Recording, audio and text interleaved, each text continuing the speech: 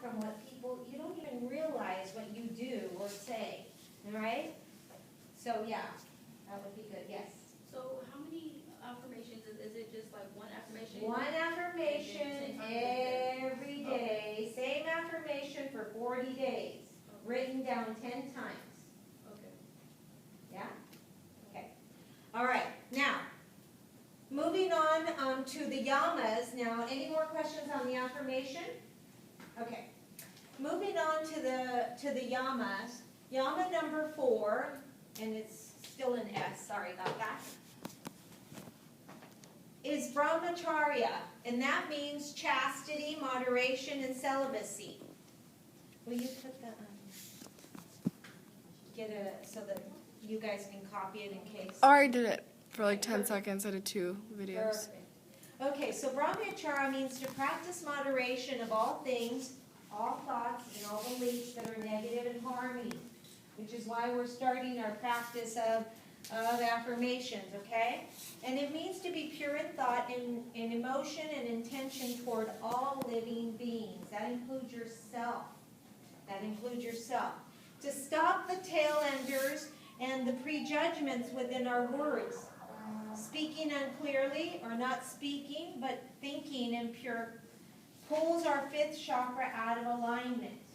Okay, so I want you to read the 5th chakra. We're now working, so write that down. We are starting on the 5th chakra, which is the chakra of communication. You need to read chakra number 5. The final will be all about the chakras. Right? The written final will all be about the chakras. So take some time to reread the book. It's only 70 pages. Reread it. Okay? All right. So what does that really mean? Does anybody know what the tail enders mean? Or prejudgments? Let me tell you, let me explain what a prejudgment is. How many of us have said, I'm going to do this, hopefully, when I graduate college. If I graduate, yes? That is a prejudgment. You're already stopping yourself before you even go any further. You already, anytime you use the word hopefully,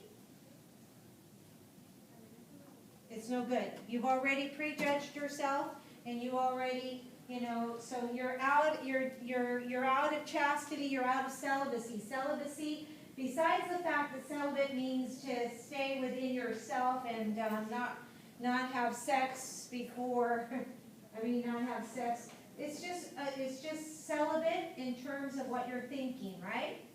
Back in the day, yeah, you had to be celibate because you needed to be pure physically, right? But this has more to do than just our physicality. It has to do with how we beat ourselves up mentally and with our words, okay? Now, what about this? I'm going to give you $35,000 when I become a millionaire. Not! That's a tail ender. Right? That's a tail ender. Because you just told the brain that even if you had the capacity to do that and you had the wherewithal, you just nixed it out. Can't even go there. Okay? How many times don't we say something, then we go, yeah, right. When I get all skinny and slender and I look like Madonna, yeah, right. It's like we do that to ourselves all the time, right? So you'll never get there because you just told yourself, ain't happening, baby. So Brahmacharya is about being careful, and then prejudgment is thinking this. Sometimes the people that say the worst things are the people that don't speak at all. But you can tell by their eyes what they're thinking, right? And we prejudge. Somebody walks in with a funky color, or a different, or something different, and you immediately think, who let her out the door? Right? Or Why didn't somebody stop her from going outside? Right? You're thinking that. You're not saying it. You're thinking it. Okay? So you are now having what we call impure thoughts because you're judging. And whether that judgment was thinking or whether that judgment was in words, it's going to come back to you tenfold. So if you judge one person, 10 more are going to judge you. You speak bad about one person, 10 more are going to speak bad about you. So Brahmacharya is about being pure, being celibate about our thoughts and about our words, right? You know, the other, we talked about, ahimsa and all of those things, and talked about not being able to speak the truth, but thinking it is just as bad. So we have to be celibate and honest with our thoughts. Does that make sense? Has anybody ever thought? You guys all think that. And I love it because you guys are here on the first day of class and in walks the professor and immediately the thoughts go out there. I can see all the auras, man. Oh, God, she looks like a loser. Oh, God, he looks retarded. Oh, God, he looks really mean. Oh, my God, sheesh. God, I don't want to look like that when I grow old, you know. And you immediately, you guys prejudge every single one of your professors. Yes or no? Yes, of course, because we're human. And so what we have to be careful, the yoga tells us, be careful. Brahmacharya, chastity, moderation.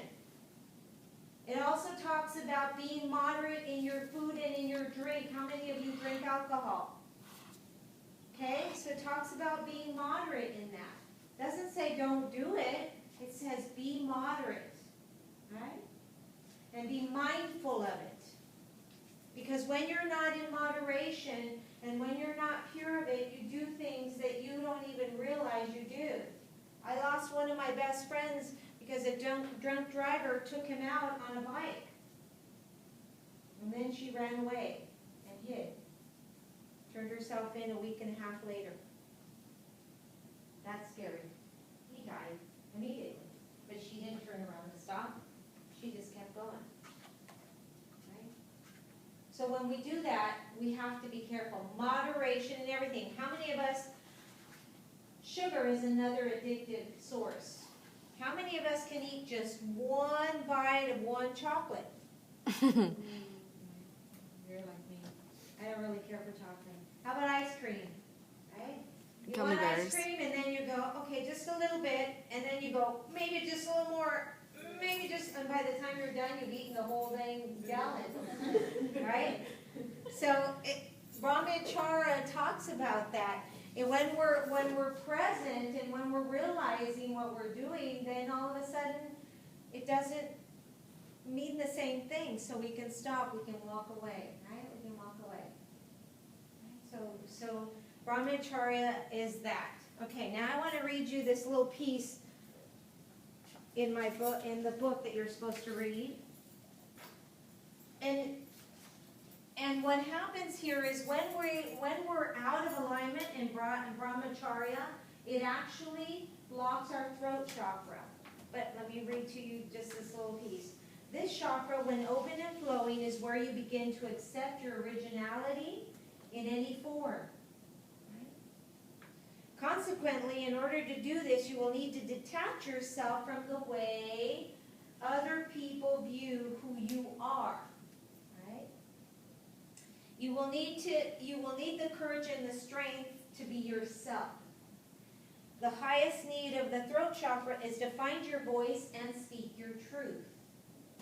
Be careful that you're not speaking negative, because speaking negative is not speaking your truth. Right? We're all love and light beings, and that's our truth. Right?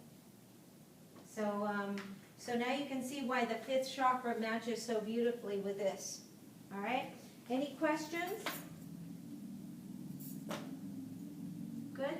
We're good? Okay, let's get up and let's do some practice.